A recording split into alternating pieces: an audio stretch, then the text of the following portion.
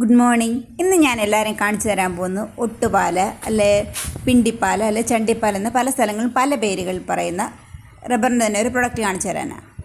നമുക്ക് എന്താണെന്ന് മനസ്സിലായോ? റബ്ബറിൻ്റെ പാല് ചിരട്ടയിലോ അല്ലെ കപ്പിലോ ഒക്കെ ശേഖരിക്കുമല്ലോ, റബ്ബർ വെട്ടിയിട്ട്. അത് ആണ് ഇത് കണ്ട് ഇപ്പോൾ ആദ്യം കാണുന്നത് പച്ചയായിരുന്നു, ഇത് ഉണങ്ങിയതാണ് ഇപ്പറേ കാണുന്നത്.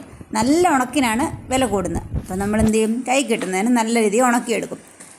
മുകളിലോട്ട് നമ്മൾ ട്രേ ഒക്കെ സെറ്റ് ചെയ്ത് നല്ല രീതിയിൽ ഉണങ്ങാൻ വേണ്ടി, കാരണം ഇതിനകത്ത് വെള്ളം താഴെ കെട്ടിക്കിടക്കും, അപ്പോൾ വെള്ളം പോകണം. ഇപ്പോൾ താഴെ നിൽക്കുന്ന ഒട്ടുപാലാണെങ്കിൽ നമ്മൾ ഈ റോഡൊക്കെ പണിയുന്ന ആൾക്കാർ മെറ്റിലൊക്കെ കോരിയിടുന്നൊരു വലിയ തരം തൂമ്പയില്ലേ, അതുപോലത്തെ ഒരു സാധനം വെച്ചാണ് നമ്മൾ ഈ റബ്ബറിൻ്റെ ഒട്ടുപാലാണെങ്കിലും മറിച്ചും തിരിച്ചു വിടുന്നത്. മറിച്ചും തിരിച്ചു വിട്ട് അതിൻ്റെ എല്ലാ വശവും നമ്മൾ നല്ല രീതിയിൽ ഉണക്കും. കേട്ടോ, നല്ല സോഫ്റ്റ് എണ്ണ. അതിനകത്തുനിന്ന് കുറേ വെള്ളം ഇങ്ങനെ പോകാൻ, ഈ വെള്ളമൊക്കെ നന്നായിട്ട് പോയി വന്നാൽ ഇത് നല്ല സെറ്റായി ഉണങ്ങി വരത്തുള്ളൂ. ഇപ്പം നല്ല രീതിയിലുള്ള കച്ചവടമൊക്കെ ഉള്ളതുകൊണ്ട് റബ്ബറിനാണെങ്കിലും ഇപ്പം റബ്ബർ കർഷകർക്കും ഒക്കെ നല്ല വില കിട്ടുന്ന സമയമാണ്. അതുകൊണ്ട് നല്ല രീതിക്ക് കച്ചവടങ്ങൾ പോകുന്നു. ഈ കാണുന്ന ചണച്ചാക്കിലാണ് നമ്മുടെ കടയിൽ നിന്ന് ഒട്ടുപാല് ഫാക്ടറിയിലോട്ടൊക്കെ കൊണ്ടുവന്നത്. ഈ ത്രെഡാണ് ഇത് ചാക്ക് കെട്ടാൻ വേണ്ടി ഉപയോഗിക്കുന്നത്.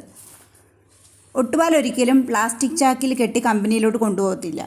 കാരണം അത് കമ്പനിയിലോട്ട് കൊണ്ടുപോയിട്ട് ഇതൊരു മെഷീനിലിട്ട് ചാക്കിൽ നിന്ന് അത് മെഷീനിലോട്ട് ഇട്ടിട്ട് അരയ്ക്കുകയാണ് ചെയ്യുന്നത്. അപ്പം ഒട്ടുപാൽ പ്ലാസ്റ്റിക് ചാക്കിൽ കൊണ്ടുപോയിട്ടുണ്ടെങ്കിൽ പ്ലാസ്റ്റിക് ചാക്കിനകത്തുള്ള എഫക്റ്റ് വെച്ചിട്ട് അതിനകത്ത് ഒരു കറുപ്പ് ഇത് കട്ടയാക്കുമ്പോൾ കറുപ്പ് കളർ വരും. അപ്പോൾ അതിൻ്റെ ഗ്രേഡ് കുറയും.